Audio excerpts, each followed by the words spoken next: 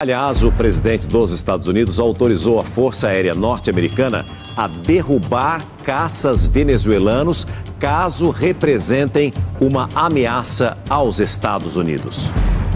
Caças do modelo F-35 estão sendo enviados ao Caribe para o combate ao tráfico de drogas, segundo o Pentágono. Na assinatura da ordem que mudou o nome, Trump se dirigiu ao general da Força Aérea, dizendo que os militares podem abater caças venezuelanos caso eles coloquem navios de guerra dos Estados Unidos em risco no Caribe.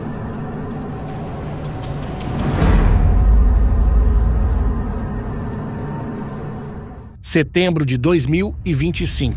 O Mar do Caribe vive sob uma tensão não vista há décadas. Navios de guerra americanos patrulham as águas venezuelanas. Milhares de soldados foram enviados à região. A justificativa oficial?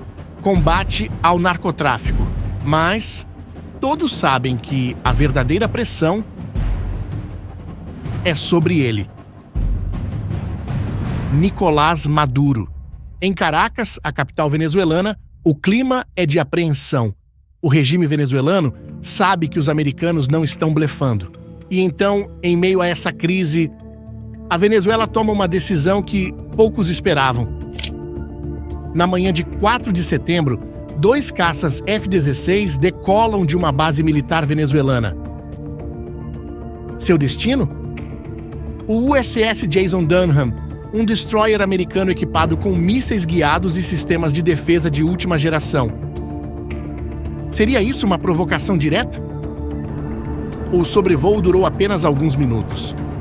Mas foi o suficiente para gerar consequências.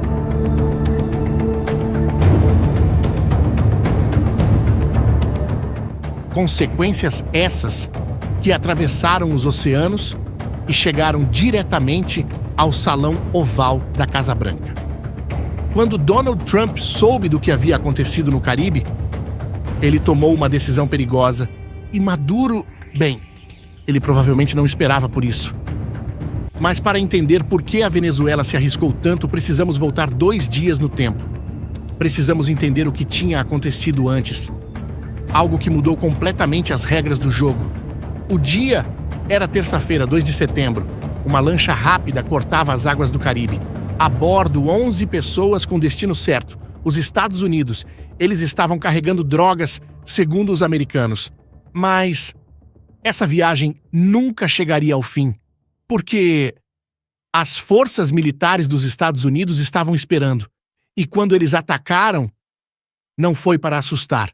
11 pessoas morreram, nenhuma sobreviveu. Donald Trump pessoalmente anunciou o ataque. Ele até divulgou um vídeo da operação. Segundo ele, a embarcação transportava muita droga. E os tripulantes eram membros do Tren de Aragua, uma gangue venezuelana que os Estados Unidos tinham classificado como organização terrorista no início de 2025. E aqui está a chave de tudo. Essa classificação mudou tudo. Porque, tradicionalmente, operações antinarcóticos são operações policiais. Você intercepta, prende, apreende. Mas quando você rotula alguém de terrorista, as regras mudam. Agora é guerra. Agora você pode matar primeiro e não perguntar depois. Os americanos não chamaram aqueles 11 mortos de suspeitos de tráfico. Eles os chamaram de narcoterroristas mortos em combate. Percebe a diferença? São apenas palavras, mas muda tudo. Permite que os militares americanos usem força letal em águas internacionais, algo que antes só era permitido em casos de autodefesa direta. E a Venezuela, ao saber disso, não demorou a responder. Diosdado Cabello, uma das figuras mais poderosas do regime, condenou o ataque, rotulando a operação como uma execução extrajudicial e um massacre ilegal. O próprio Maduro classificou a ação como um ato imperialista e declarou que a Venezuela estava pronta para uma luta armada, se isso for necessário. Mas aqui as coisas ficam ainda mais interessantes. Isso porque o governo venezuelano também atacou a credibilidade das provas americanas. Eles alegaram que o vídeo divulgado por Trump era falso criado com inteligência artificial. Independente de quem estava falando a verdade, isso criou uma guerra de narrativas onde cada lado tinha sua versão dos fatos. E você, o que acha? Acredita que o vídeo era realmente feito por inteligência artificial? Deixe sua opinião aí embaixo nos comentários. E foi nesse clima explosivo que a Venezuela decidiu responder, não com palavras, mas com ação. Na quinta-feira, 4 de setembro, 2 pilotos veteranos da Força Aérea Venezuelana subiram em seus F-16. Aviões que, diga-se de passagem, foram comprados dos próprios americanos nos anos 80. Agora eles vão usar essas máquinas para desafiar o país que as fabricou.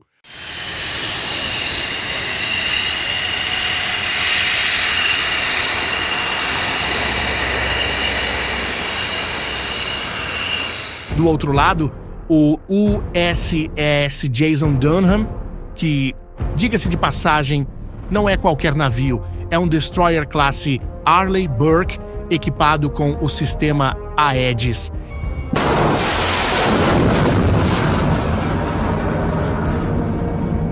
Imagine uma fortaleza flutuante capaz de detectar e interceptar múltiplas ameaças simultaneamente. Mísseis, aviões, submarinos. Seu radar consegue ver centenas de quilômetros de distância. 96 células de mísseis prontas para disparar. Agora pare para pensar um pouco.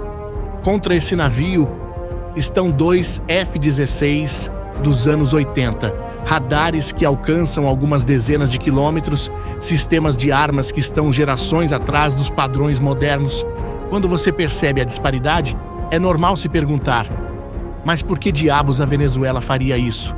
Por que enviar 2 aviões obsoletos contra um dos navios de guerra mais avançados do mundo? E a resposta é simples. O que eles fizeram não era sobre vencer uma batalha, era sobre enviar uma mensagem. O sobrevoo durou poucos minutos. Os F-16 se aproximaram, passaram sobre o destroyer americano e se afastaram. Mas existe um detalhe técnico crucial que mostra o que realmente aconteceu ali. Em nenhum momento os pilotos venezuelanos pintaram o navio americano com radar de tiro. Isso é importante porque pintar com radar de tiro é universalmente considerado um ato hostil imediato. É como apontar uma arma carregada. Se eles tivessem feito isso, o USS Jason Dunham provavelmente teria reagido na hora. Ou seja, por mais provocativo que tenha sido, a Venezuela teve cuidado para não cruzar certas linhas vermelhas. Foi uma provocação calculada, arriscada, mas calculada. A reação dos americanos foi imediata. O Pentágono condenou o sobrevoo como movimento altamente provocativo, destinado a interferir nas operações antinarcoterrorismo. Mas o mais interessante foi a linguagem que eles usaram. Chamaram o governo venezuelano de cartel que controla a Venezuela. Isso mesmo, chamaram de cartel, não de governo. Isso legitima a postura militarizada dos americanos, tratando Maduro não como presidente de um país, mas como líder de uma organização criminosa. E então chegamos ao momento mais surpreendente dessa história, a reação de Trump. Os militares podem abater caças venezuelanos caso eles coloquem navios de guerra dos Estados Unidos em risco no Caribe. Sexta-feira, 5 de setembro, Casa Branca. Trump é questionado por jornalistas sobre o sobrevoo. Sua resposta foi direta e sem precedentes. Se nos colocarem em uma posição perigosa, serão abatidos. Well, I would say they're going to be in trouble. We'll let them know about that. We heard that happen, but it wasn't really over. Not like they described. But I would say, General, if they do that, you have a choice of doing anything you want, okay? Mas ele não parou por aí. Trump se dirigiu diretamente ao general Dan Kenney, chefe do Estado-Maior Conjunto, que estava presente e disse: se nos colocarem em uma posição perigosa, você e seus comandantes podem decidir o que fazer. If they fly in a dangerous position, I would say that you or your captains can make the decision as to what they want to do. All right? Sure. Em outras palavras, Trump estava delegando autoridade para abater aeronaves venezuelanas sem precisar consultar o governo americano. Isso representa uma mudança importante nas regras. Antes, uma decisão dessas subiria na cadeia de comando. Agora, comandantes que estão lá no local têm autorização total para abater as aeronaves venezuelanas.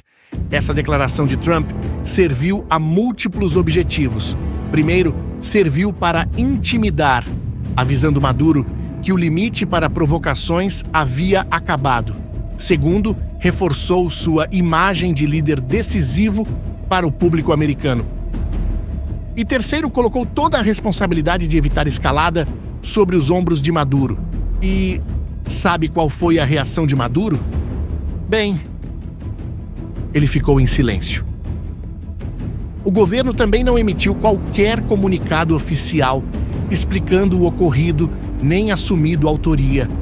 Esse silêncio parece ter sido uma forma de deixar as coisas confusas mesmo.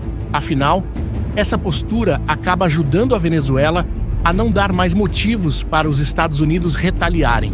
Porém, se Maduro pensou que as coisas acabariam assim, ele estava enganado, porque a resposta americana estava chegando. E bem, meus amigos, ela foi colossal. Nas horas seguintes à declaração de Trump, 10 caças F-30 e 5 Lightning II foram enviados para uma base aérea em Porto Rico.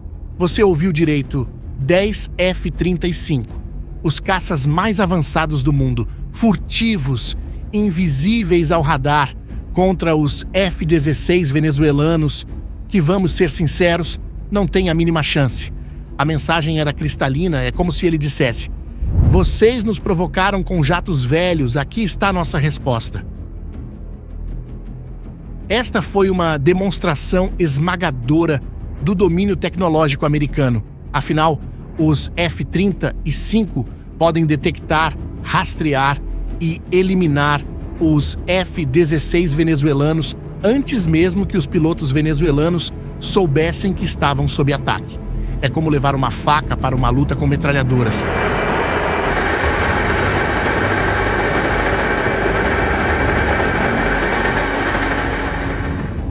Mas as consequências dessa ação não pararam por aí. A Venezuela mobilizou então suas forças militares e milícias civis. Maduro declarou que estavam prontos para combate. Países vizinhos começaram a reavaliar suas posturas de segurança. O Caribe inteiro entrou em estado de alerta. O presidente da Colômbia, Gustavo Petro, tradicionalmente aliado dos Estados Unidos na região, criticou abertamente a operação americana. Se confirmado o ataque à embarcação, ele classificou como assassinato e alertou que uma invasão da Venezuela arrastaria a Colômbia para o conflito. O Brasil de Lula manteve neutralidade, declarando que ficaria do lado da paz. A Rússia e a China aproveitaram para criticar o intervencionismo americano e marcar seus pontos geopolíticos. Mas talvez a consequência mais duradoura de tudo isso seja o precedente legal que foi estabelecido. Ao rotular uma gangue de drogas como organização terrorista, os Estados Unidos criaram uma justificativa para usar força militar letal contra grupos criminosos em águas internacionais. Isso muda fundamentalmente as regras do jogo no combate ao narcotráfico. Historicamente, essas operações eram de aplicação da lei, mesmo com apoio militar. Agora podem ser operações de combate. A diferença é que agora você não precisa mais prender e perguntar depois. Agora eles simplesmente podem eliminar a ameaça. No final das contas, Maduro conseguiu mobilizar apoio interno, mostrando que estava enfrentando o Império Americano. Trump, por sua vez, conseguiu demonstrar força militar e estabelecer novas regras mais agressivas. Ambos os lados, de certa forma, saíram ganhando politicamente. Enquanto isso, o Caribe, uma região que era relativamente estável, agora vive sob tensão militar. E essa escalada mostrou como as situações podem sair de controle rapidamente.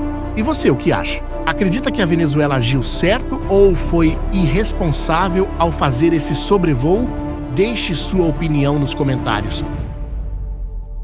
Se você gostou desta análise, se inscreva no canal e compartilhe com quem também se interessa por esses assuntos. Até a próxima!